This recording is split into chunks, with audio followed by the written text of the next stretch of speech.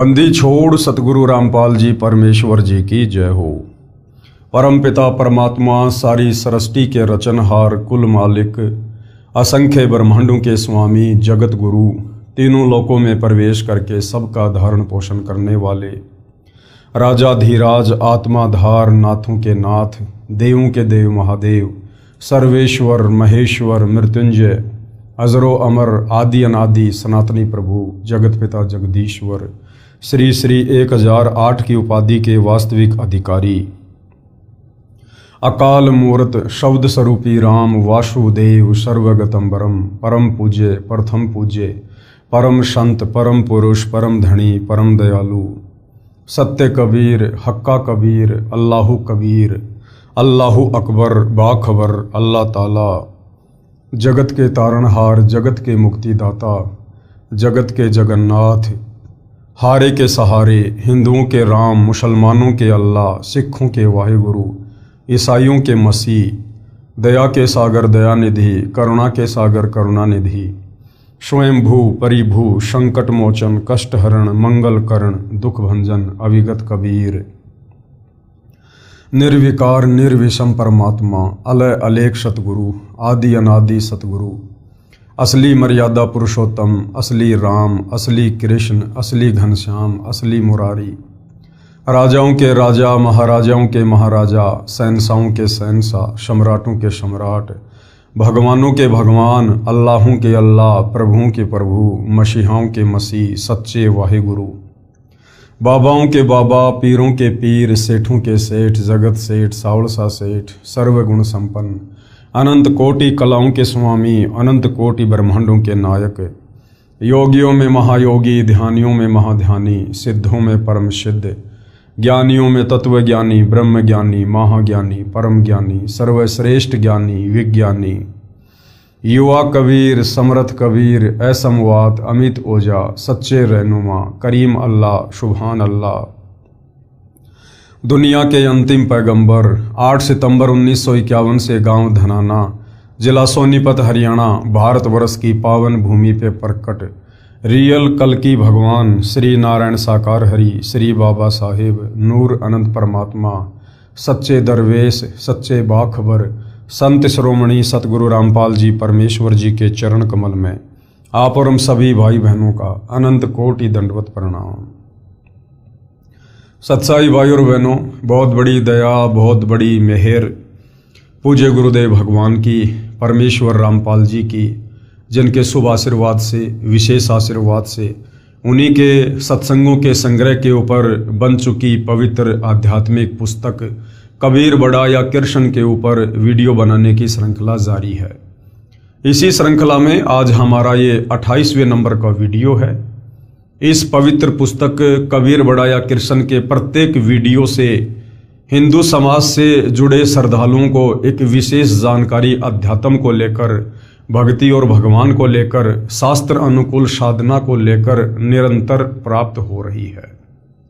वो तमाम जो जानकारियां हमारे नादान धर्म गुरु तत्व ज्ञान के अभाव से हमें उपलब्ध नहीं करवा पाए और हमें शास्त्र विरुद्ध साधना पर ही लगा कर रखा।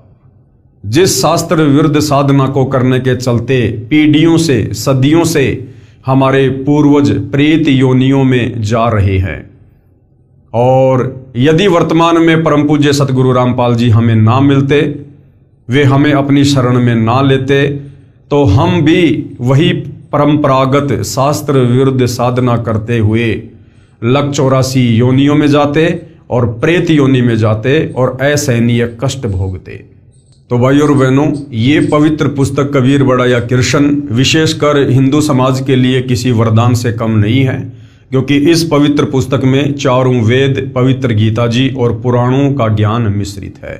यानी इन तमाम सदग्रंथों का जिन्हें हिंदू अपना कहते हैं, इनका निष्कर्ष निकाल कर डाला गया है और आप बड़ी आसानी से समझ सकते हैं कि वास्तव में भक्ति क्या है, मोक्ष प्राप्ति का सर्वोत्तम तरीका क्या है, शास्त्र अनुकूल तरीका क्या है। इसके अलावा आपको इस पृथ्वी पर कहीं पर भी शास्त्र अनुकूल भक्ति साधना की जानकारी नहीं मिल सकती। तो भाइयों और बहनों, आज हमारा जो 28वें नंबर का पार्ट है और इस पवित्र पुस्तक का जो टॉपिक चल रहा है वो है जनता की अदालत, यानी मामला अध्यात्म को लेकर कि सबसे बड़ा भगवान कौन है, who is supreme God, Kabir बड़ा या कृष्ण।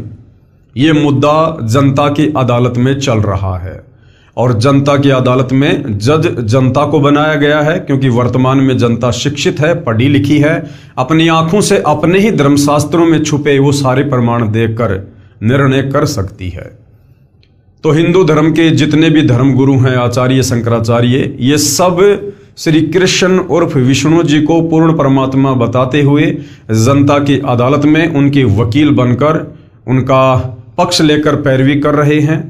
तो दूसरी तरफ कबीर जी के वकील के रूप में स्वयं ही कबीर जी, जो वर्तमान में सतगुरु रामपाल जी के रूप में धरती पर प्रकट हैं, पैरवी कर रहे हैं। और जनता की अदालत में बहुत कुछ क्लियर हो चुका है अध्यात्म को लेकर, भक्ति और भगवान को लेकर। और जितने भी दावे हमारे हिंदू धर्म गुरुओं ने श्री कृष्ण उर्फ विष्णु को पूर्ण परमात्मा लेकर किए थे, वो सारे के सारे दावे सतगुरु रामपाल जी ने उन्हीं हिंदू धर्म ग्रंथों को दिखा दिखाकर जनता के सामने उन श्री कृष्ण जी के वकीलों के दावों का खंडन कर दिया है, उनको फैल कर दिया है। और जनता अब धीरे धीरे ये मानने को मजबूर हो रही है कि वास्तव में श्री कृष्ण उर्फ विष्णु अर्थात ये ब्रह्मा विष्णु महेश ये पूर्ण परमात्मा नहीं है और इनकी भक्ति करने से हमारी मुक्ति नहीं है और कबीर ही सुप्रीम गॉड है।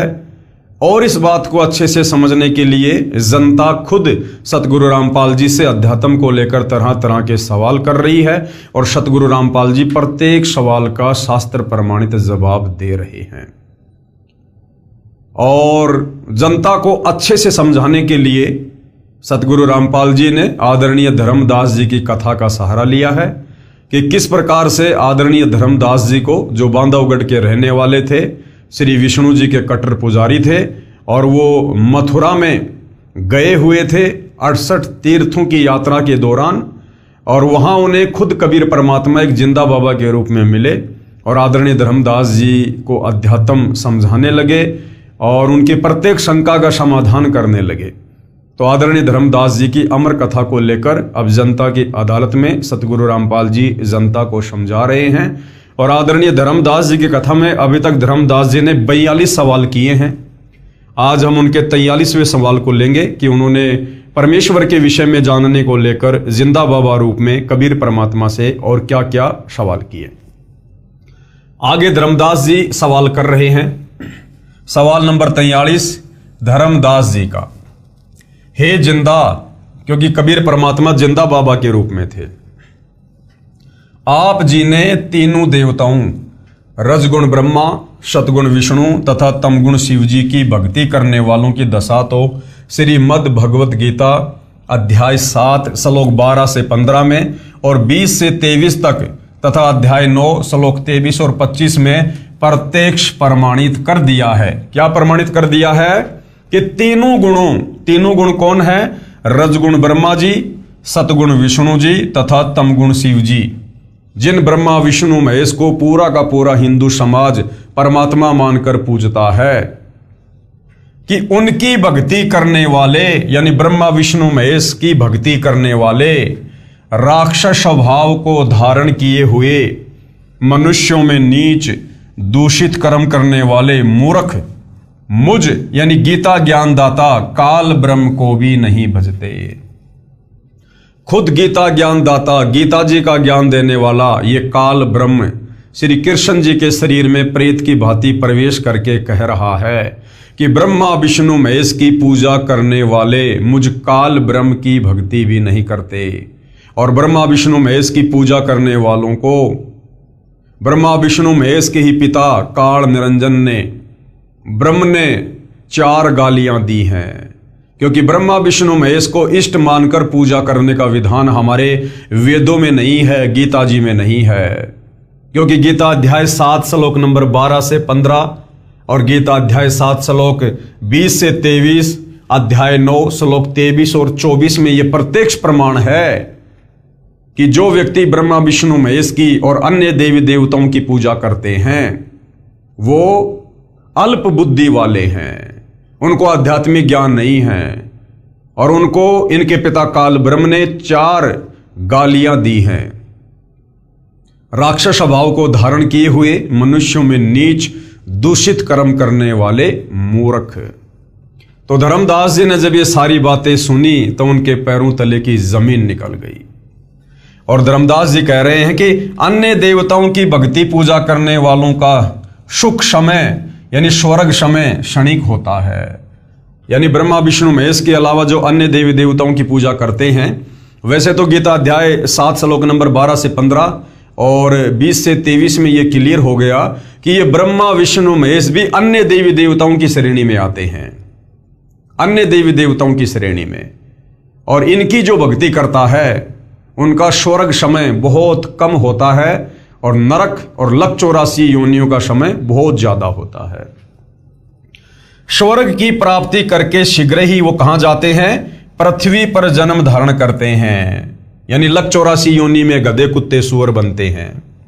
हे महात्मा जी, धर्मदास जी कह रहे हैं परमात्मा को, हे महात्मा जी कृपया कोई संसार में हुए बर्ताव से ऐसा प्रकरण सुनाइए जिससे आप जी की बताई बातों की सत्यता का प्रमाण मिले। तीनों देवताओं के पुजारी ऐसा बर्ताव करते हैं। धर्मदास जी कह रहे हैं कि हे महात्मा जी, आपने गीता जी से तो क्लियर कर दिया, अध्याय 7 श्लोक नंबर 12 से 15 और 20 से 23 से, अध्याय 9 श्लोक नंबर 23 और 24 से, कि ब्रह्मा विष्णु महेश की पूजा नहीं करनी चाहिए, ये इष्ट मानकर पूजा करने योग्य नहीं है। इनका पिता काल ब्रह्म इनकी भक्ति करने वालों को 4 गालियां दे रहा है और कह रहा कि ये तो राक्षस स्वभाव को धारण किए हुए मनुष्यों में नीच हैं जो ब्रह्मा विष्णु महेश की भक्ति करते हैं। तो धर्मदास जी कहते हैं कि भगवान आपने शास्त्र से तो मुझे दिखा दिया, लेकिन धरती पर ऐसी कोई घटना घटित हुई हो जिससे यह साबित हो कि वास्तव में ब्रह्मा विष्णु महेश की साधना करने वाले राक्षस स्वभाव को धारण किए हुए मनुष्यों में नीच दूषित कर्म करने वाले मूर्ख व्यक्तियों की श्रेणी में है। भगवान ऐसा मुझे कोई उदाहरण दीजिए जो धरती पर घटित हुआ हो। तो उत्तर दे रहे हैं परमात्मा, उत्तर जिंदा जगदीश का, जगदीश यानी सारे जगत का ईश, सारी सृष्टि का इष्ट कबीर भगवान जो जिंदा बाबा के रूप में थे, वो क्या जवाब दे रहे हैं। पहले पढ़िए गीता अध्याय 7 श्लोक 12 से 15 तथा 20 से 23 का यथार्थ अनुवाद। अध्याय 7 श्लोक नंबर 12 क्या कह रहा है? यह अध्याय 7 श्लोक नंबर 12 है। हम सीधे इसके अनुवाद पे चलेंगे। अनुवाद, और भी जो सत्वगुण विष्णु से स्तुति भाव है और जो रजोगुण ब्रह्मा जी से उत्पत्ति तथा तमोगुण शिव से संहार है, उन सब को तू मेरे द्वारा सुनियोजित नियम अनुसार ही होने वाले हैं ऐसा जान, परंतु वास्तव में उनमें मैं और वे मुझ में नहीं है। यानी गीता ज्ञानदाता काल ब्रह्म कह रहा है कि वास्तव में जो रजोगुण है, सतोगुण है, तमोगुण है, यानी तीनों देवता ब्रह्मा विष्णु महेश को इनके पिता काल ब्रह्म ने एक एक गुण से युक्त कर रखा है। तो वो कह रहा है कि ये सब कुछ मेरे से ही हुआ है, इसका मूल कारण, मुख्य कारण मैं हूं। क्योंकि हमें सृष्टि रचना से पता चलेगा कि इस काल ब्रह्म को प्रतिदिन 1 लाख मानव शरीरधारी आत्माओं के सूक्ष्म शरीर से निकली वासना खाने का श्राप लगा हुआ है, जिस कारण से इसने अपने तीनों पुत्रों ब्रह्मा विष्णु महेश को एक एक गुण से युक्त करके इस कार्य में लगाया हुआ है। तो यह कह रहा है कि यह ब्रह्मा विष्णु महेश के बस की बात नहीं है कि वो किसी से संतान उत्पत्ति करवा दें या किसी को मोह ममता में बांध के रखें। यह सब कुछ मेरे कारण है, ये एक एक गुण उनको मैंने ही दिए हैं, इसका मूल कारण मैं हूं, परंतु वास्तव में वे मुझ में और मैं उनमें नहीं हूं। अर्थात इस काल ने उन तीनों को एक एक गुण से युक्त करके अपने से अलग कर दिया। ये खुद 21वें ब्रह्मांड में रहता है और इन तीनों की ड्यूटी एक ब्रह्मांड में एक एक जो है गुण से युक्त करके हम जीवों को फंसाने के लिए लगा रखी है। तो ये कह रहा है कि जो इन तमाम जीवों को इन तीनों गुणों के माध्यम से जो मैं बांध के रखता हूं, इसका मूल कारण मैं ही हूं, ये ब्रह्मा विष्णु महेश नहीं है, क्योंकि मैंने ही इनको एक एक गुण से युक्त किया है। लेकिन वास्तव में मैं इनमें और ये मुझ में नहीं है। यानी इनको तो मेरे बारे में पता भी नहीं है, मैं तो अलग रहता हूं। केवल हिंदी अनुवाद। और भी जो सत्वगुण विष्णु जी से स्थिति भाव हैं और जो रजोगुण ब्रह्मा जी से उत्पत्ति तथा तमगुण शिव से संहार है, उन सबको तू मेरे द्वारा सुनियोजित नियम अनुसार ही होने वाले हैं ऐसा जान, परंतु वास्तव में उनमें मैं और वे मुझ में नहीं हैं। फिर अध्याय 7 श्लोक नंबर 13 क्या कह रहा है? यह अध्याय 7 श्लोक नंबर 13 है। श्लोक आप जियों के सामने है। हम सीधा इसके हिंदी अनुवाद पे चलेंगे। केवल हिंदी। इन गुणों के कार्य रूप कौन से गुण? रजगुण ब्रह्मा, सतगुण विष्णु, तमोगुण शंकर। इन गुणों के कार्य रूप सात्विक श्री विष्णु जी के प्रभाव से, राजस श्री ब्रह्मा जी के प्रभाव से और तामस श्री शिव जी के प्रभाव से, तीनों प्रकार के भावों से ये सारा संसार यानी प्राणी समुदाय मुझ काल के ही जाल में मोहित हो रहा है, अर्थात फंस रहा है, इसलिए पूर्ण अविनाशी को नहीं जानता। परमेश्वर कबीर बंदी छोड़ जी की महिमा संत गरीबदास जी ने कही है तथा काल का जाल समझाया है। गरीब ब्रह्मा विष्णु महेश माया और धर्मराया कहिए, इन पांचों मिल परपंच बनाया वाणी हमरी लहिए। यानी मुख्य जो कारण है हम जीवों को 21 ब्रह्मांड में फंसाए रखने के लिए, वो ये काल और दुर्गा है, और साथ में ब्रह्मा विष्णु महेश जो इनके पुत्र हैं, इनको भी इन्होंने शामिल किया हुआ है एक एक गुण से युक्त करके। तो आदरणीय धर्मदास जी कह रहे हैं कि ये 5 ही शक्तियां हैं, काल, दुर्गा और ब्रह्मा विष्णु महेश, जो 3 लोक के जीवों को अपने जाल में फंसा के रखे हुए हैं। फिर अध्याय 7 श्लोक नंबर 14, यह अध्याय 7 श्लोक नंबर 14 आप जियों के सामने है। हम सीधा इसके हिंदी अनुवाद पर चलते हैं। अनुवाद केवल हिंदी।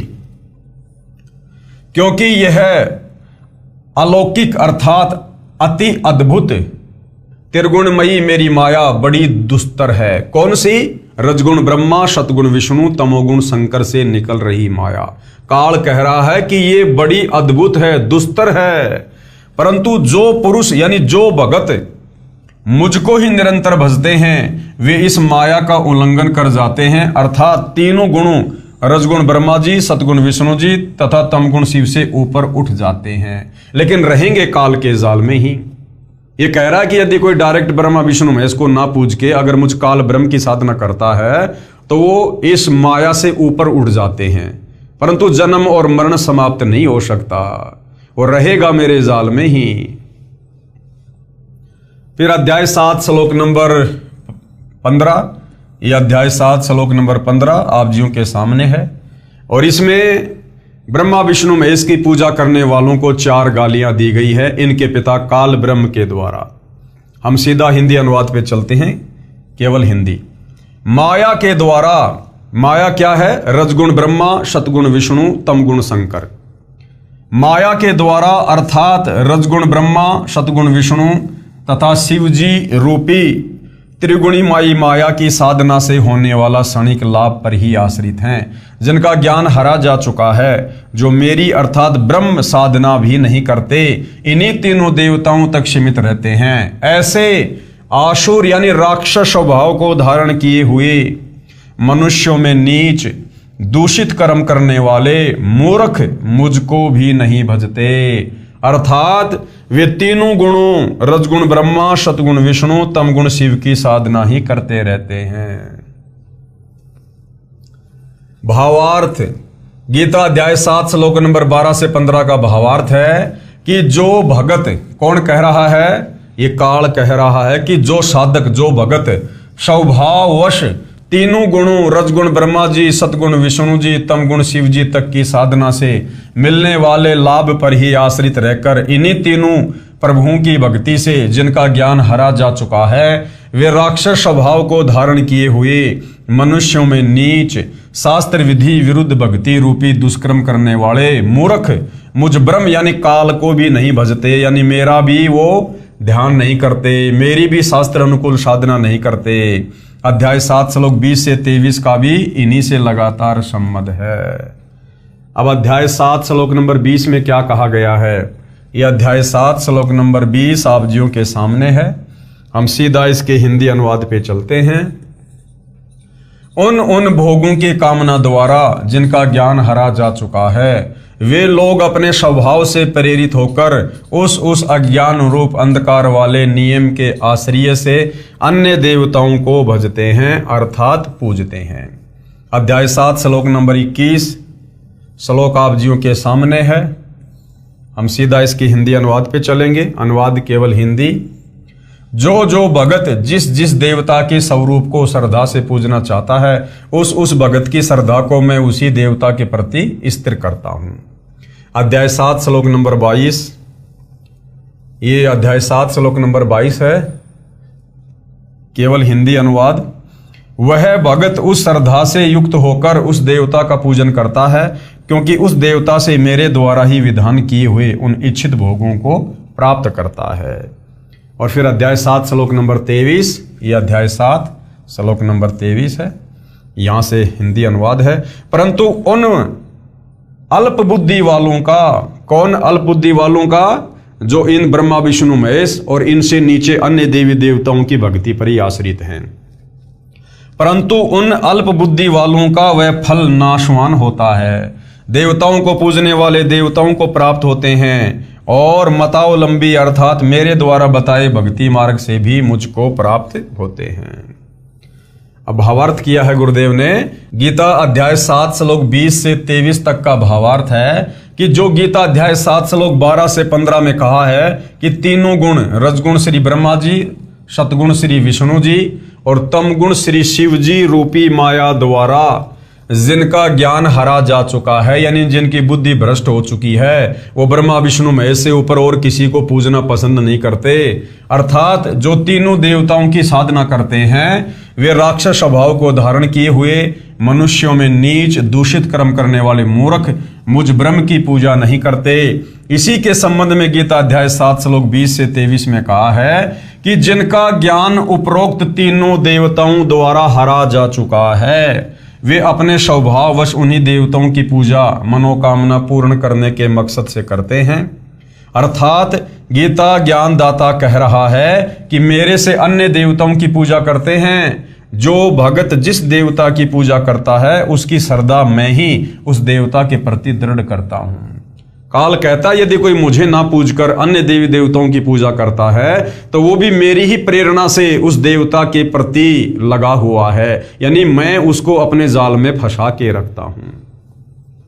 उस देवता के पुजारी को भी मेरे द्वारा उस देवता को दी गई शक्ति से ही प्राप्त होता है। परंतु उन मंद बुद्धि वालों अर्थात मूर्खों का वह फल नाशवान है। देवताओं के पूजने वाले देवताओं को प्राप्त होते हैं, मेरे भगत मुझे प्राप्त होते हैं। भावार्थ है कि जो ब्रह्मा विष्णु तथा शिव की पूजा या अन्य किसी देव की पूजा करते हैं, उन देवताओं की पूजा का फल नाशवान है, अर्थात वह पूजा व्यर्थ है, बेकार है।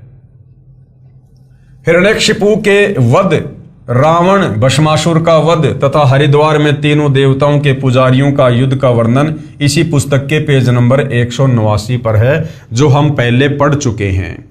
यानी ब्रह्मा विष्णु महेश की पूजा करने वालों को जो 4 गालियां दी गई, उन्हें अल्प बुद्धि वाला कहा गया है। क्यों कहा गया है?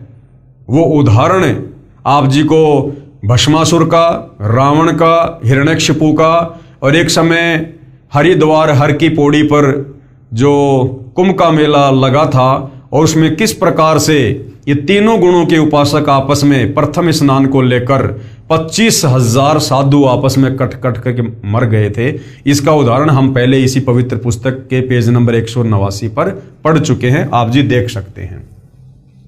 आगे फिर धर्मदास जी ने जिंदा रूप में कबीर परमात्मा जी से प्रश्न किया। प्रश्न नंबर 44 धर्मदास जी का, हे जिंदा, मैंने एक महामंडलेश्वर से प्रश्न किया था कि गीता अध्याय 18 श्लोक 62 में भगवान कृष्ण जी ने किस परमेश्वर की शरण में जाने के लिए कहा है।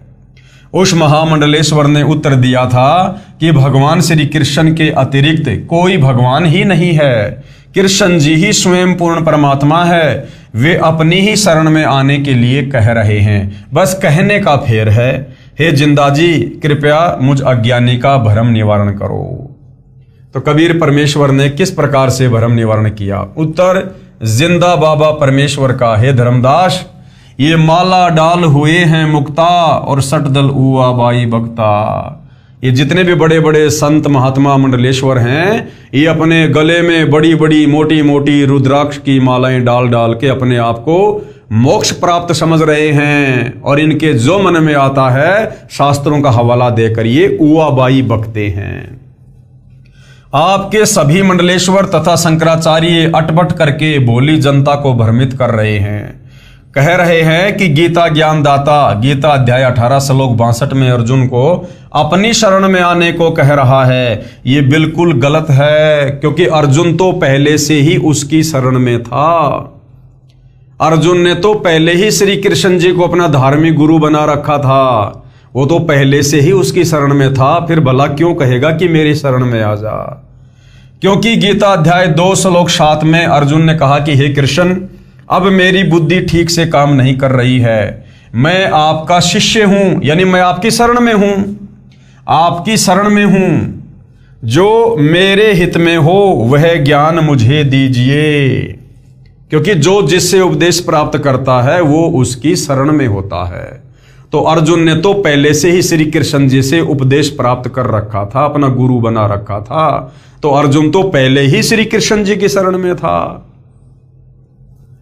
हे धर्मदास, अर्जुन तो पहले ही श्री कृष्ण जी की शरण में था। इसलिए गीता अध्याय 18 श्लोक 62 में गीता ज्ञानदाता ने, यानी इस काल ब्रह्म ने अपने से अन्य परम अक्षर ब्रह्म की शरण में जाने के लिए कहा है, उस कबीर परमात्मा की शरण में जाने के लिए कहा है। गीता अध्याय 4 श्लोक 3 में गीता ज्ञानदाता ने कहा है कि हे अर्जुन, तू मेरा भगत है, इसलिए ये गीता शास्त्र सुनाया है। गीता ज्ञानदाता ने, यानी इस काल ब्रह्म ने गीता अध्याय 12 में अपनी जानकारी दी है तथा अध्याय 13 में अपने से अन्य पूर्ण परमात्मा का अन्य प्रमाण गीता अध्याय 13 श्लोक 11 से 28, 30, 31, 34 में भी है। श्रीमद् भगवद गीता अध्याय 13 श्लोक 1 में गीता ज्ञानदाता ने कहा है कि शरीर को क्षेत्र कहते हैं। जो इस क्षेत्र अर्थात शरीर को जानता है उसे क्षेत्रज कहा जाता है। गीता अध्याय 13 श्लोक 1 पेश है गीता अध्याय 13 श्लोक 1 की फोटोकॉपी। ये श्लोक भाई और बहनों आप जियों के समक्ष है।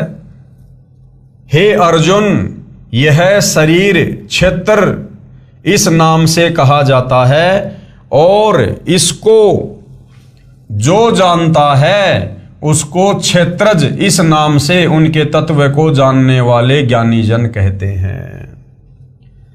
गीता अध्याय 13 श्लोक 2 में गीता ज्ञानदाता ने कहा है कि मैं क्षेत्रज हूं।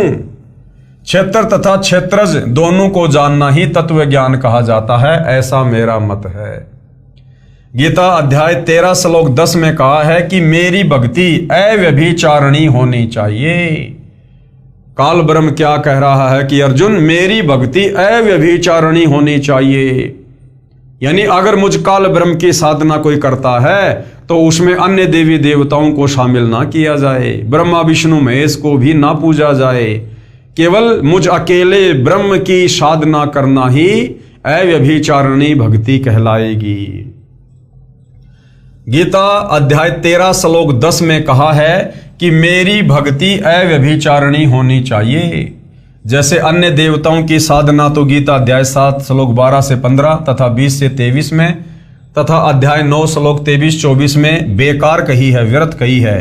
केवल ब्रह्म की भक्ति करें, उसके विषय में यहां कहा है कि अन्य देवता में आसक्त ना हो। भावार्थ है कि भक्ति व मुक्ति के लिए ज्ञान समझो, वक्ता बनने के लिए नहीं। इसके अतिरिक्त वक्ता बनने के लिए ज्ञान सुनना अज्ञान है। पतिव्रता स्त्री की तरह केवल मुझ में आस्था रखकर भक्ति करो। कौन कह रहा है? काल ब्रह्म कह रहा है कि एक पतिव्रता स्त्री की तरह मुझ काल ब्रह्म में आस्था रख के मेरी साधना करो, तब मेरे ब्रह्मलोक को प्राप्त करोगे। तो भाई और बहनों, यदि काल की भक्ति भी पतिव्रता पद पे रहकर पूर्ण की जाती है तो सोचिए परम अक्षर ब्रह्म कबीर देव की भक्ति में फिर हम भला अन्य किसी और को शामिल कैसे कर सकते हैं।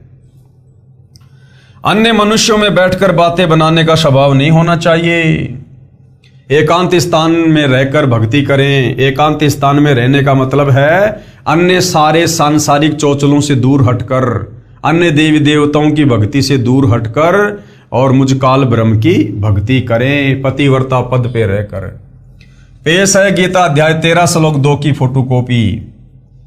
हे अर्जुन, सब क्षेत्रों में क्षेत्रज अर्थात जीवात्मा भी मुझे ही जान, और क्षेत्रज का अर्थात विकार सहित प्रकृति का और पुरुष का जो तत्व से जानता है वह ज्ञान, ऐसा मेरा मत है। गीता अध्याय 13 श्लोक 11 में गीता ज्ञानदाता ने कहा है कि अध्यात्म में यानी भक्ति मार्ग में रुचि रखकर तत्व ज्ञान के लिए सदग्रंथों को देखना तत्व ज्ञान है, वह ज्ञान है। तथा तत्व ज्ञान की अपेक्षा कथा कहानियां सुनना, शास्त्र विधि विरुद्ध भक्ति करना, यह सब अज्ञान है। तत्व ज्ञान के लिए परमात्मा को जानना ही ज्ञान है। गीता अध्याय 13 श्लोक 11 की फोटोकॉपी देखिएगा। अध्यात्म ज्ञान में नित्य स्थिति और तत्व ज्ञान के अर्थ रूप परमात्मा को ही देखना, ये सब ज्ञान है, और जो इसके विपरीत वह अज्ञान है, ऐसा कहा है। गीता अध्याय 13 श्लोक 12 में गीता ज्ञानदाता ने अपने से परम ब्रह्म यानी श्रेष्ठ परमात्मा का ज्ञान कराया है। कहा है कि जो परमात्मा जानने योग्य है, जिसको जानकर अमृतम अश्नुते अर्थात अमृतत्व प्राप्त होता है, अर्थात पूर्ण मोक्ष का अमृत जैसा आनंद भोगने को मिलता है, उसको भली भांति कहूंगा। वह दूसरा परमात्मा यानी अपने से अन्य उस श्रेष्ठ परमात्मा के बारे में कह रहा है गीता ज्ञानदाता। वह दूसरा परमात्मा यानी परम अक्षर ब्रह्म न तो सत कहा जाता है और न ही असत। अर्थात गीता ज्ञानदाता ने अध्याय 4 श्लोक 32 व 34 में कहा है कि जो तत्व ज्ञान है उसमें परमात्मा का पूर्ण ज्ञान है। वह तत्व ज्ञान परमात्मा अपने मुख कमल से स्वयं उच्चारण करके बोलता है। उस तत्व ज्ञान को तत्वदर्शी संत जानते हैं। उस तत्व ज्ञान को कौन जानते हैं? उस तत्व ज्ञान को तत्वदर्शी संत जानते हैं। और वर्तमान में इस पृथ्वी पर वह एकमात्र तत्वदर्शी संत सतगुरु रामपाल जी हैं। उनको दंडोत प्रणाम करने से, नम्रता पूर्वक प्रश्न करने से वे परमात्म तत्व को भली भांति जानने वाले तत्वदर्शी संत तुझे तत्व ज्ञान का उपदेश करेंगे। इससे सिद्ध हुआ कि गीता ज्ञानदाता को परमात्मा का पूर्ण ज्ञान नहीं है। अगर गीता ज्ञानदाता को हिंदू समाज जिसे अपना भगवान कहता है, परमात्मा कहता है, अगर उसको वास्तव में पूर्ण ज्ञान होता, तत्व ज्ञान होता, तो वो किसी तत्वदर्शी संत की शरण में जाकर तत्व ज्ञान समझने की सलाह अर्जुन को नहीं देता। तो इससे ये क्लियर हो गया कि हिंदू समाज जिस गीता ज्ञानदाता को अपना भगवान मानता है, वो चाहे श्री कृष्ण जी को माने, चाहे विष्णु जी को माने, चाहे काल ब्रह्म को माने, उसे कंप्लीट आध्यात्मिक ज्ञान नहीं है। और जिस भगवान को कंप्लीट भक्ति का ही ज्ञान नहीं है, फिर भला उसकी भक्ति करके, उसको इष्ट मानकर पूजा करके भगत का पूर्ण मोक्ष कैसे हो सकता है? इसलिए कह रहा है कि वह दूसरा परमात्मा, काल ब्रह्म कह रहा है गीता ज्ञानदाता कि मेरे से अन्य जो दूसरा परमात्मा है, जो श्रेष्ठ भगवान है, परम अक्षर ब्रह्म, जो गीता ज्ञानदाता यानी काल से अलग है, वह न सत है और न ही असत है। यहां पर ब्रह्म का अर्थ सात संग ब्रह्मांड वाले परब्रह्म अर्थात गीता अध्याय 15 श्लोक 16 वाले अक्षर पुरुष से नहीं है, क्योंकि काल लोक जो 21 ब्रह्मांडों का क्षेत्र है में अक्षर पुरुष जिसे परब्रह्म कहा है, उसकी विशेष भूमिका नहीं है। यहाँ काल लोक में काल तथा दयाल की भूमिका है। काल कौन? ये ब्रह्मा विष्णु महेश का पिता, और दयाल कौन? कबीर परमात्मा। इसलिए यहां पर माने दूसरा और ब्रह्म माने परमात्मा, ब्रह्म से अन्य परमात्मा, पूर्ण ब्रह्म का वर्णन है। ये देखिएगा गीता अध्याय 13 श्लोक 12 की फोटोकॉपी है। जो जानने योग्य है, यानी जिस परमात्मा को जानना चाहिए मोक्ष के लिए, तथा जिसको जानकर मनुष्य परमानंद को प्राप्त होता है यानी पूर्ण मोक्ष को प्राप्त होता है, उसको भली भांति कहूंगा। वह अनादि वाला यानी सबसे पहले वाला परम ब्रह्म न सत ही कहा जाता है न असत, क्योंकि इसको कंप्लीट ज्ञान नहीं है। गीता अध्याय 13 श्लोक 12 में गीता ज्ञानदाता कह रहा है कि जो मेरे से दूसरा ब्रह्म अर्थात प्रभु है यानी पूर्ण ब्रह्म है, कबीर देव है, वह अनादि वाला है। अनादि का अर्थ है जिसका कभी आदि अर्थात शुरुआत ना हो, कभी जन्म न हुआ हो। गीता ज्ञानदाता क्षर पुरुष है, इसे ब्रह्म तथा काल ब्रह्म भी कहा जाता है। ये नाशवान है, जन्मता और मरता है। इसने गीता अध्याय 2 श्लोक 12, गीता अध्याय 4 श्लोक 5 व 9, गीता अध्याय 10 श्लोक 2 में स्वयं स्वीकार किया है कि हे अर्जुन, तेरे और मेरे बहुत जन्म हो चुके हैं, तू नहीं जानता है, मैं जानता हूं। इससे सिद्ध हुआ कि गीता ज्ञानदाता यानी हिंदू जिसे अपना भगवान कहते हैं, अनादि वाला ब्रह्म अर्थात भगवान नहीं है। इससे यह सिद्ध हुआ कि गीता ज्ञानदाता ने अध्याय 13 के श्लोक 12 में अपने से अन्य अविनाशी परमात्मा की महिमा कही है। अध्याय 13 श्लोक 12। गीता ज्ञानदाता ब्रह्म है, ब्रह्म यानी एक काल ब्रह्म है, ब्रह्मा विष्णु महेश का पिता है। यह 1000 यानी सहस्त्र हाथ पैर वाला है। इसका सहस्त्र कमल है अर्थात 1000 पंखड़ियों वाला कमल है। गीता अध्याय 11 श्लोक 46 में अर्जुन ने कहा कि हे सहस्त्राबाहु यानी हे 1000 हाथों वाले, आप चतुर्भुज रूप में आइए। इससे सिद्ध हुआ कि गीता ज्ञानदाता केवल 1000 भुजाओं वाला है, अन्यथा ब्रह्मा विष्णु महेश तो केवल 4 भुजा से अधिक भुजा नहीं बना सकते। तो फिर महाभारत युद्ध के दौरान अर्जुन को जो विराट रूप दिखाया गया था वो कौन था, जिसमें अर्जुन कह रहा है हे सहस्त्राबाहु यानी हे 1000 हाथों वाले। तो श्री कृष्ण जी में प्रवेश करके ये 1000 भुजा वाला भगवान, ये काल ब्रह्म अपना ज्ञान दे रहा था, अपना विराट रूप दिखा रहा था। इसलिए गीता अध्याय 13 श्लोक 13 में गीता ज्ञानदाता ने अपने से अन्य सब और हाथ पैर वाले, सब और नेत्र सिर और मुख वाले और सब और कान वाले परमात्मा की महिमा कही है। कहा है कि वह परमात्मा संसार में सबको व्याप्त करके अर्थात अपनी शक्ति से सब रोके हुए स्वयं सतलोक शाश्वत स्थानम तिष्ठति में बैठा है। स्पष्ट हुआ कि गीता ज्ञानदाता से अन्य समर्थ परमात्मा है, वही सब संसार का संचालन पालन करता है। गीता अध्याय 13 श्लोक 13 में गीता अध्याय 13 श्लोक 13 की फोटोकॉपी। वह सब और हाथ पैर वाला, सब और नेत्र सिर और मुख वाला तथा सब और कान वाला है, यानी पूर्ण परमात्मा की महिमा कर रहा है ये काल ब्रह्म, क्योंकि वह संसार में सबको व्याप्त करके स्थित है, क्योंकि वो सारे ब्रह्मांडों की रचना करके और उसके बाद अपने सतलोक में सिंहासन पर बैठा है। गीता अध्याय 13 श्लोक 14 श्लोक में भी स्पष्ट है कि गीता ज्ञानदाता ने अपने से अन्य परमात्मा का ज्ञान कराया है और कहा है संपूर्ण इंद्रियों के विषयों को जानने वाला अर्थात अंतर्यामी है, सब इंद्रियों से रहित है अर्थात परमात्मा की इंद्रियां हम मानव तथा अन्य प्राणियों जैसी विकारग्रस्त नहीं है। वह परमात्मा आसक्ति रहित है, यानी उसको किसी का मोह नहीं है। वह इस काल लोक 21 ब्रह्मांडों की किसी वस्तु या पदार्थ में आसक्ति नहीं रखता, क्योंकि उस परमेश्वर का सतलोक इस काल के क्षेत्र से असंख्य गुना उत्तम है, इसलिए वह परमात्मा आसक्ति रहित कहा है।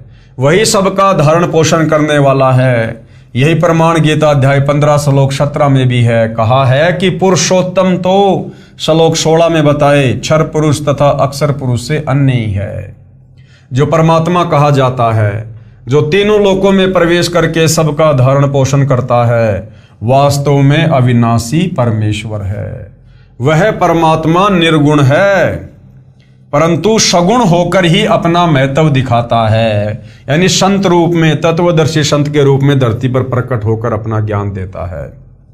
उदाहरण के लिए जैसे आम का पेड़ आम के बीज यानी गुठली में निर्गुण अवस्था में होता है, उस बीज को जब बीजा जाता है तब वह पौधा फिर पेड़ रूप में सगुण होकर अपना महत्व प्रकट करता है।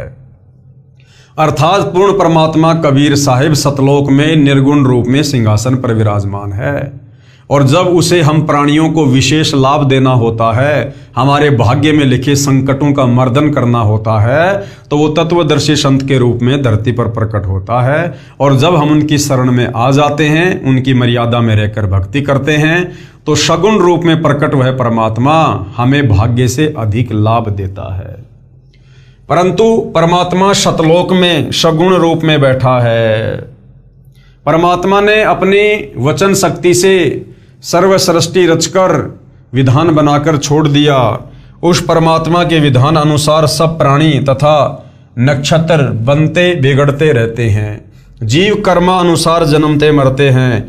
परमात्मा को कोई टेंशन नहीं, परंतु जब परमात्मा पृथ्वी पर प्रकट होता है उस समय सर्व गुणों को भोगता है।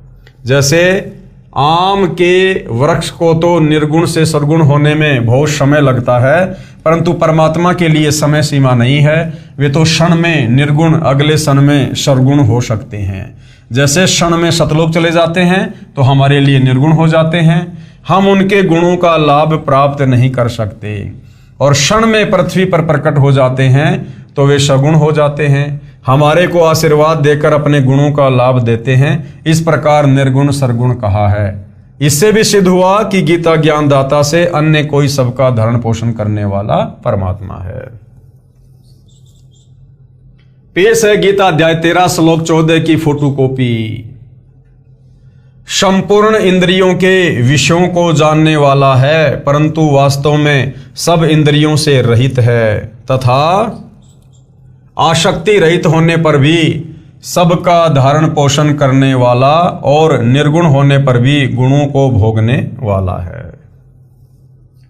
गीता अध्याय 13 श्लोक 15 और 16 में भी यही प्रमाण है कि गीता ज्ञानदाता ने यानी काल ब्रह्म ने कहा है कि जैसे सूर्य दूर स्थान पर स्थित होते हुए भी यहाँ पृथ्वी पर अपना प्रभाव बनाए हैं, उसी प्रकार परमात्मा शतलोक में स्थित होकर भी सर्व ब्रह्मांडों पर अपनी शक्ति का प्रभाव बनाए हुए हैं। सर्व चर अचर भूतों यानी प्राणियों तथा तत्वों के बाहर भीतर है। इसी प्रकार सूक्ष्म होने से हम उसको चरम दृष्टि से देख नहीं पाते, इसलिए अविज्ञ अर्थात हमारे ज्ञान से परे है, तथा वही परमात्मा हमारे समीप में तथा दूर भी वही स्थित है। परमात्मा तो दूर शतलोक यानी शाश्वत स्थान में है, उसकी शक्ति का प्रभाव प्रत्येक के साथ है। गीता अध्याय 13 श्लोक 15। पेश है गीता अध्याय 13 श्लोक नंबर 15 की फोटोकॉपी। चराचर सब भूतों यानी प्राणियों के बाहर भीतर परिपूर्ण है, और चर अचर रूप भी वही है, और वह सूक्ष्म होने से अविज्ञ है तथा अति समीप में और दूर में भी स्थित वही है। जैसे सूर्य दूर स्थित है, परंतु पृथ्वी के ऊपर प्रत्येक प्राणी को अपने साथ दिखाई देता है। जैसे एक स्थान पर कई घड़े जल के भरे रखे हैं तो सूर्य प्रत्येक में दिखाई देता है, टुकड़ों में नहीं दिखाई देता। इसी प्रकार परमात्मा प्रत्येक प्राणी को देखता है तथा साधक को दिव्य दृष्टि से दिखाई देता है। परमात्मा सूर्य के समान स्वयं प्रकाशित तथा ऐसे ही एक स्थान पर स्थित है। गीता अध्याय 8 श्लोक 3, 8, 10 में भी यही प्रमाण है। वह परमात्मा जानने योग्य है, यानी उस परमात्मा की भक्ति करनी चाहिए।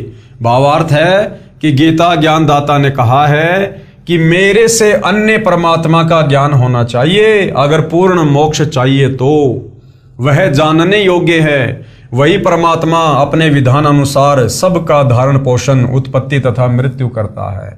वास्तव में ब्रह्म सबका उत्पत्ति करता वही है, यानी रियल में यदि कोई ब्रह्म है तो वो कबीर भगवान है। वास्तव में विष्णु यानी सबका धारण पोषण करने वाला वही है। वास्तव में शंकर यानी संहार करने वाला वही है।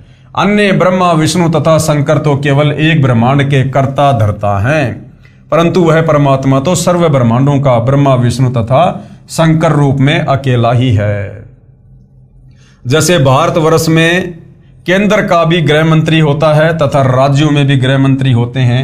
देश के प्रधानमंत्री जी अपने पास अन्य विभाग भी रख लेते हैं। उस समय प्रधानमंत्री जी गृह मंत्री आदि आदि भी होते हैं और प्रधानमंत्री भी होते हैं। इससे सिद्ध हुआ कि गीता ज्ञानदाता ने अपने से अन्य समर्थ परमात्मा की महिमा बताई है। गीता ज्ञानदाता से अन्य कोई पूर्ण परमात्मा है। गीता अध्याय 13 श्लोक नंबर 16 देखिएगा। विभाग रहित एक रूप से आकाश के सदृश से परिपूर्ण होने पर भी चराचर संपूर्ण भूतों में विभक्त सा स्थित प्रतीत होता है, तथा वह जानने योग्य परमात्मा विष्णु रूप से भूतों को धारण पोषण करने वाला और रुद्र रूप से संहार करने वाला तथा ब्रह्मा रूप से सबको उत्पन्न करने वाला है।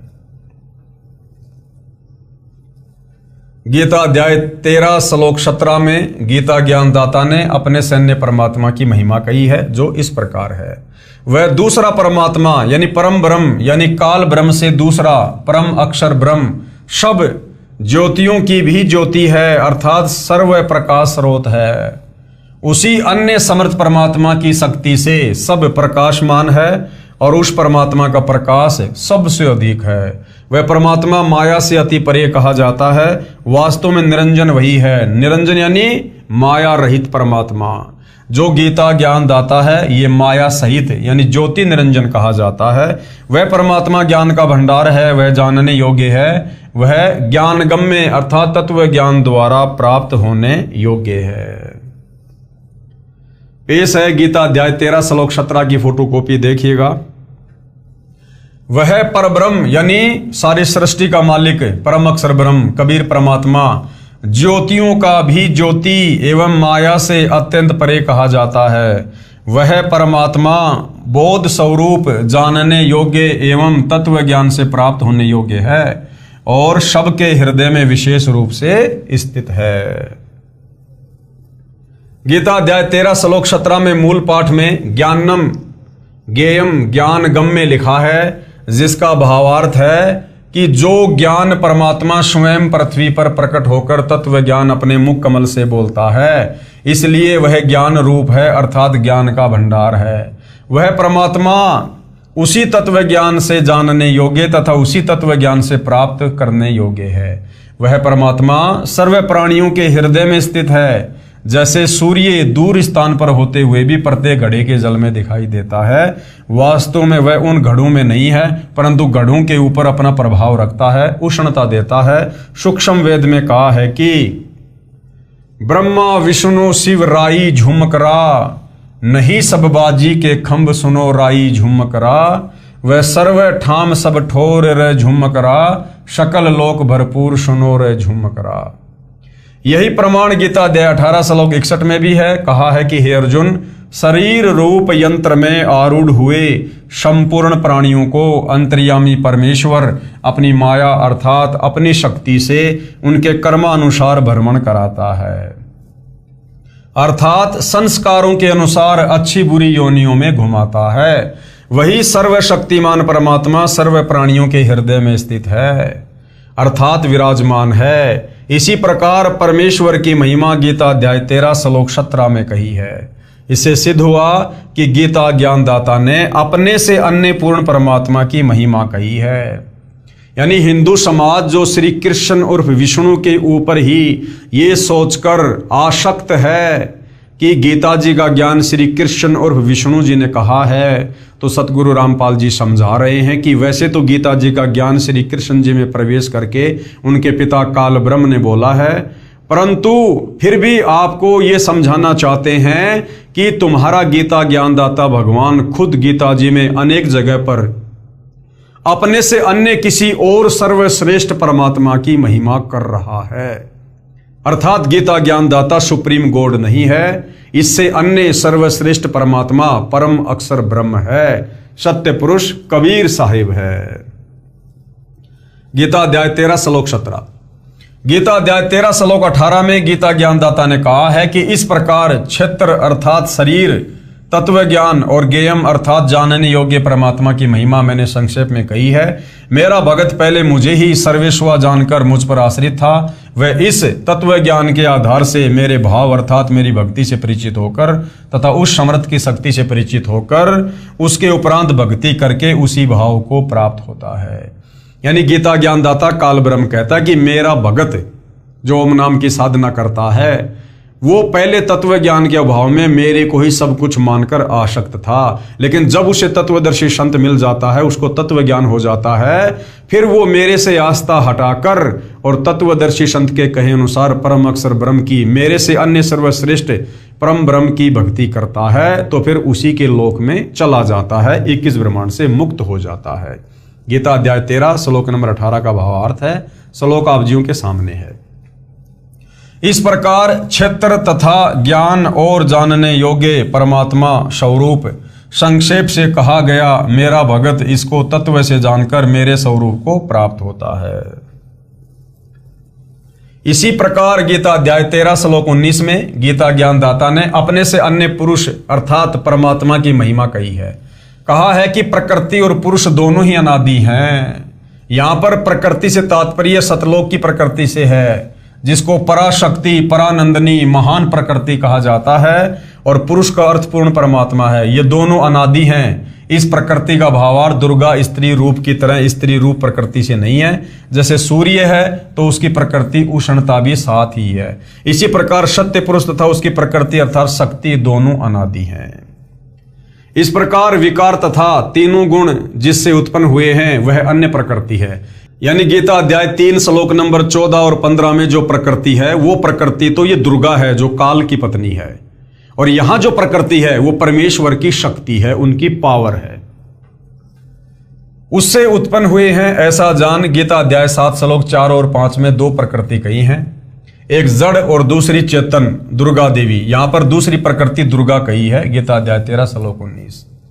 ये देखिएगा, प्रकृति और पुरुष इन दोनों को ही तू अनादि जान, यानी परमात्मा और उसकी शक्ति को ही तू अनादि जान, और राग द्वेष आदि विकारों को तथा त्रिगुणात्मक संपूर्ण पदार्थों को भी प्रकृति से ही उत्पन्न जान। गीता अध्याय 13 श्लोक 20 में भी अन्य पुरुष यानी परमात्मा का वर्णन है। गीता प्रेस गोरखपुर से प्रकाशित गीता के इस श्लोक के अनुवाद में पुरुष का अर्थ जीवात्मा किया, जो गलत है। वास्तव में यहां पुरुष का अर्थ परमात्मा है, क्योंकि तत्व ज्ञान के अभाव में गीता अनुवाद करने वालों ने बहुत सारी जगह अर्थों का अनर्थ किया हुआ है। तो कहने का मतलब भाई और बहनों, गीता ज्ञानदाता काल ब्रह्म ने गीता जी में अपने से अन्य किसी और परमात्मा के विषय में ढेरों बार जिक्र किया है। अर्थात हिंदू समाज को परमात्मा यह समझाना चाहते हैं कि श्री कृष्ण अर्थात विष्णु ये कंप्लीट गॉड नहीं है, ये पूर्ण परमात्मा नहीं है, इसकी भक्ति से मुक्ति नहीं हो सकती, क्योंकि ये खुद अपने से अन्य किसी और परमात्मा का जिक्र कर रहा है और अर्जुन को उसकी शरण में जाने की सलाह दे रहा है। पेश है गीता अध्याय 13 श्लोक 20 की फोटोकॉपी। कार्य और कारण को उत्पन्न करने में हेतु प्रकृति कही जाती है, और जीव आत्मा दुखों के भोगापन में अर्थात भोग में हेतु कहा जाता है। पढ़े अनुवाद गीता अध्याय 13 श्लोक 20 का। अध्याय 13 श्लोक 20 यह अध्याय 13 श्लोक 20 है। अनुवाद, कार्य और कारण को उत्पन्न करने में हेतु प्रकृति कही जाती है, और सत्य पुरुष दुख सुखों के जीव आत्मा को भोगने के कारण भोगने में हेतु कहा जाता है। गीता अध्याय 18 श्लोक 61 में कहा है कि परमेश्वर सब प्राणियों को यंत्र की तरह कर्मानुसार भ्रमण कराता हुआ सर्व प्राणियों के हृदय में स्थित है। गीता अध्याय 15 श्लोक 17 में कहा है कि पूर्ण परमात्मा तो गीता ज्ञानदाता से अन्य है, वही अविनाशी परमात्मा तीनों लोकों में प्रवेश करके सबका धारण पोषण करता है। गीता अध्याय 13 श्लोक 21 में भी अन्य पुरुष यानी पूर्ण परमात्मा का वर्णन है। इसके अनुवाद में गीता प्रेस गोरखपुर से प्रकाशित में पुरुष का अर्थ पुरुष ही किया है, यह ठीक है। पुरुष का अर्थ परमात्मा होता है। प्रकरणवश पुरुष का अर्थ मनुष्य भी किया जाता है, क्योंकि परमात्मा ने मनुष्यों को अपने स्वरूप के अनुसार ही बनाया है। इसलिए कहा जाता है कि नर नारायण रूप है तू ना समझ देही, कि ये जो मनुष्य शरीर हमें प्राप्त है स्त्री या पुरुष का, इसको केवल एक शरीर मत समझ, ये उस नारायण ने यानी सारी सृष्टि के संचालक कबीर परमेश्वर ने हमें अपने जैसा शरीर प्रदान किया है मोक्ष प्राप्ति के लिए, इसलिए इसको केवल एक शरीर मत समझो। पेश है गीता अध्याय 13 श्लोक 21 की फोटोकॉपी।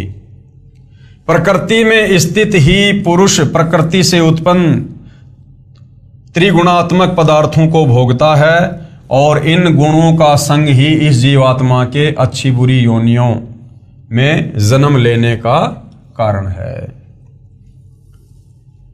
आगे भाई और बहनों, 84 लाख प्रकार के जीवों से मानव देह उत्तम है। 84 लाख प्रकार की योनियों से ये मनुष्य देह उत्तम है, सर्वश्रेष्ठ है। अर्थात ये जो मनुष्य जन्म, ये जो मनुष्य शरीर स्त्री या पुरुष का हमें वर्तमान में प्राप्त है, ये 84 लाख योनियों से अलग है। अगर ये शरीर भी 84 लाख योनियों में होता तो हम कभी भी परमात्मा प्राप्ति नहीं कर सकते थे, क्योंकि 84 लाख योनियों में जितने भी शरीर हैं, पशु पक्षी हैं, जितने भी जीव जंतु हैं, ये सब अपने कर्मों का भोग रहे होते हैं। और ये जो मनुष्य योनि है ये कर्म योनि कही जाती है, यानी इसी मनुष्य शरीर में हम परमात्मा को समझ सकते हैं, पहचान सकते हैं और भक्ति करके आत्मा का कल्याण करवा सकते हैं। तो भाई और बहनों, इसीलिए कहा जाता है कि मानव जन्म दुर्लभ है, ये मिले ना बारंबार, जैसे पेड़ से पत्ता टूट गिरे वो बहुर न लगता डार। और मानव जन्म पाए के जो नहीं रटे हरि नाम, यानी जो भक्ति नहीं करता मनुष्य जन्म प्राप्त करके, भाई जैसे कुआं जल बिना फिर बनवाया क्या काम। अगर इस मनुष्य शरीर को प्राप्त करके यदि हमने भक्ति करके मोक्ष प्राप्त नहीं किया तो क्या फायदा ये मनुष्य जन्म प्राप्त करने का। फिर वो परमात्मा हमसे और अधिक रुष्ट हो जाता है, नाराज हो जाता है कि नालायक, लग 84 योनियां भोगने के बाद मैंने तुझे अपने जैसा एक पवित्र शरीर दिया, ताकि इस शरीर को प्राप्त करके, विशेष बुद्धि प्राप्त करके तू मुझे जान सके, पहचान सके, तू मेरी भक्ति कर सके और वापस मेरे लोक सतलोक में आ सके। और मनुष्य जन्म प्राप्त करके भी यदि तू उन्हीं पशु कर्मों में लगा रहा, परमात्मा के शास्त्र अनुकूल साधना तत्वदर्शी संत को गुरु धारण करके नहीं की, तो ये तेरा मनुष्य जन्म बर्बाद हो जाएगा, व्यर्थ हो जाएगा। और परमेश्वर हमें पुनः नाराज होकर लग 84 योनियों में डाल देता है।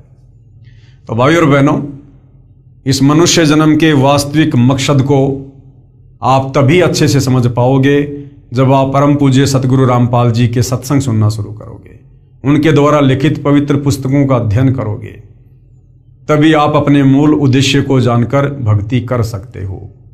अन्यथा इस काल के षड्यंत्र में, इस भौतिक चक्काचौंध में हम इसी प्रकार से उलझे रहेंगे और ये काल हमें उलझा कर ही रखना चाहता है। तो भाई और बहनों, इस विषय के ऊपर हम आगे चर्चा करेंगे। तो आज के इस वीडियो में केवल इतना ही। परमेश्वर हम सबको आज्ञा दें, आशीर्वाद दें, सद्बुद्धि दें, हमारा मार्गदर्शन करें। बंदी छोड़ सतगुरु रामपाल जी परमेश्वर जी की जय हो।